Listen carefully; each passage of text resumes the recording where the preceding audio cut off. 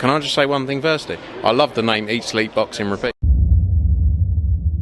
This is ESBR Boxing. Delighted to be joined by founder of Gold Star Promotions and manager of Tyson Fury, Spencer Brown. Spencer, thank you for your time. First time on your channel. All very pleasant at the press conference today. Already nice. What did you make?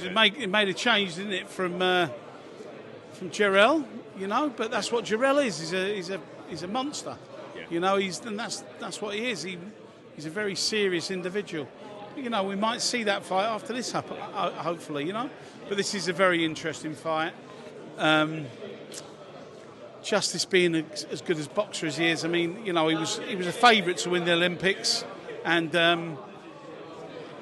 I just think everybody's underestimating him. They really do.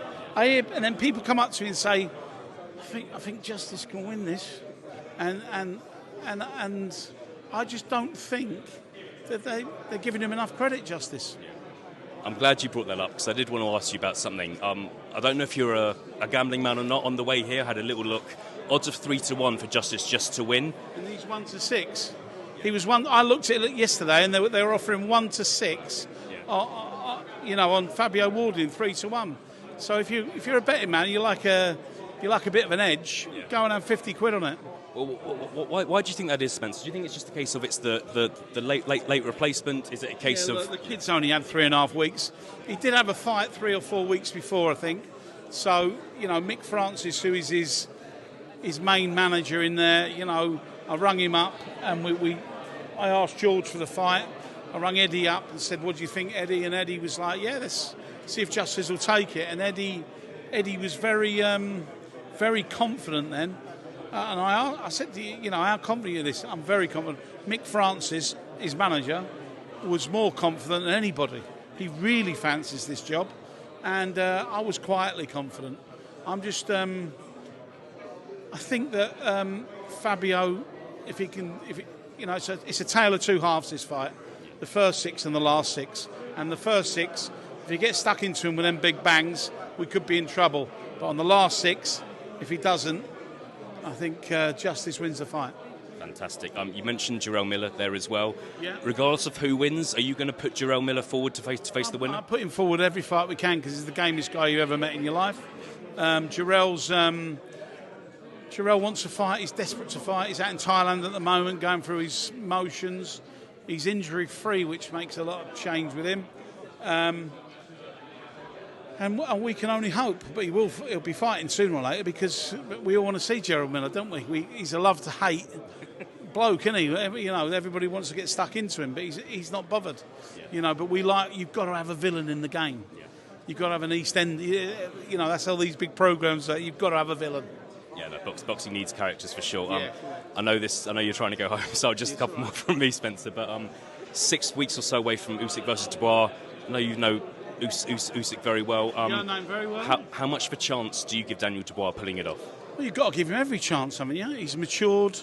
He's matured. He's punching harder than he's ever punched. Seems to be a different guy. I mean, if you know Daniel Dubois, he's a really lovely fella. Big smile on his face. Don't speak a lot, but he always shakes your hand and says hello. And a nice guy, but powerhouse. He can knock buildings down in with his punches. But Usyk's so clever. Usyk's that clever. He's just so clever.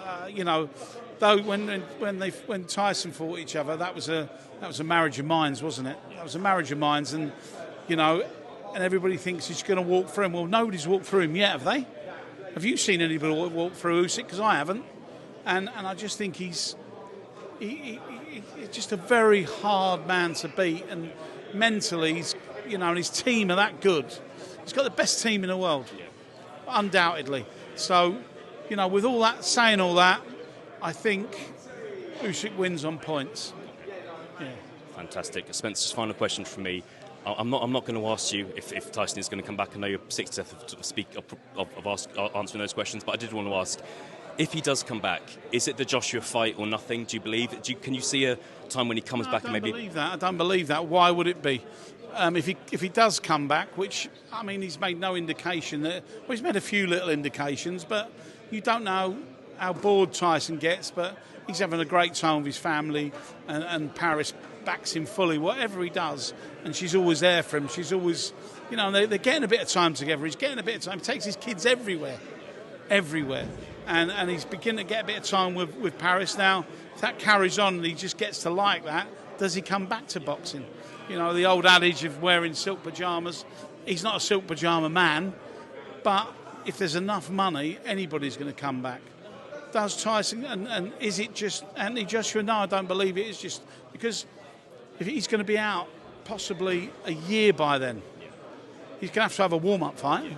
He's got to have a warm-up fight, or if he goes straight in, the people who he's intended to fight would have had warm-up fights. So he's got to go in at the same level. He's got to get the ring rust off, and then maybe he might go, I've not got it anymore, but I think he's got plenty in the tank. You've heard that before. I think he's got plenty in the tank. Fantastic. Spencer Brown, thank you very much for your time. Thank you very much. Cheers.